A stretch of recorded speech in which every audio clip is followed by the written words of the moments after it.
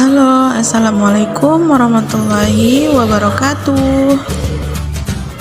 Perkenalkan, nama saya Miss Liawati dalam program studi Pendidikan Guru Madrasah Ibtidaiyah semester 3 dalam mata kuliah Perkembangan Peserta Didik yang diampu oleh Bu Lulu Wayuningsi MPD. Pada kesempatan kali ini, materi yang akan saya bawakan yakni mengenai perkembangan keterampilan kognitif. Yang pertama, perkembangan kognitif. Perkembangan kognitif adalah salah satu ranah dalam taksonomi pendidikan. Secara umum, kognitif dapat diartikan potensi intelektual yang terdiri dari tahapan pengetahuan, pemahaman, penerapan, analisa, sintesa, dan evaluasi. Teori kognitif ini lebih menekankan bagaimana proses atau upaya untuk mengoptimalkan kemampuan aspek rasional yang dimiliki oleh orang lain. Perkembangan kognitif anak melibatkan proses belajar yang progresif, seperti perhatian, memori atau ingatan, dan logika berpikir. Yang kedua, implikasi teori kognitif. Implikasi teori kognitif dalam pembelajaran. Teori kognitif lebih menekankan pada proses perkembangan peserta didik, meskipun proses perkembangan peserta didik mengikuti urutan yang sama. Namun, kecepatan dan pertumbuhan dalam proses pembelajaran berbeda. Dalam proses pembelajaran, perbedaan kecepatan perkembangan mempengaruhi kecepatan belajar peserta didik. Oleh sebab itu, interaksi dalam bentuk diskusi tidak dapat dihindari. Pertikaran gagasan menjadi tanda bagi perkembangan penalaran peserta didik. Yang ketiga, metakognitif. Metakognitif adalah kesadaran seseorang untuk mengontrol ranah kognitif di dalam dirinya. Jika kesadaran ini ada dalam diri siswa, maka ia tahu apa yang akan diperbuat dikala ia tidak tahu. Adapun ranah kognitif yang bisa dikontrol di dalam diri seseorang adalah merencanakan, mengawasi, serta merefleksikan setiap permasalahan yang dihadapinya. Yang keempat, manfaat metakognitif.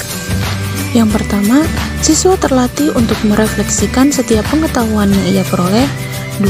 Siswa bisa menjadi problem solver atas permasalahan di sekolah. Ketiga, siswa terlatih untuk mandiri, kreatif, dan bekerja keras. Yang keempat, guru lebih mudah untuk mengontrol siswa dalam belajar. Dan yang kelima, siswa lebih mudah mengingat materi pelajaran yang diberikan oleh guru. Yang kelima, strategi metakognitif. Yang pertama, strategi pengulangan sederhana. Strategi ini terdiri dari pengulangan informasi secara verbal atau secara berulang-ulang, sehingga informasi itu dapat disimpan dalam memori jangka pendek cukup lama untuk memproses informasi tersebut. Yang kedua, strategi elaborasi. Strategi ini membantu dalam proses pengembangan makna informasi baru dengan penambahan rincian dan penemuan hubungan. Strategi ini menggunakan skemata yang telah ada di otak untuk membuat informasi baru mudah diingat atau dipelajari. Yang ketiga, strategi organisasi. Strategi ini meningkatkan kebermaknaan bahan-bahan pembelajaran baru dengan menerapkan struktur pengorganisasian baru pada ide-ide sederhana dan kompleks.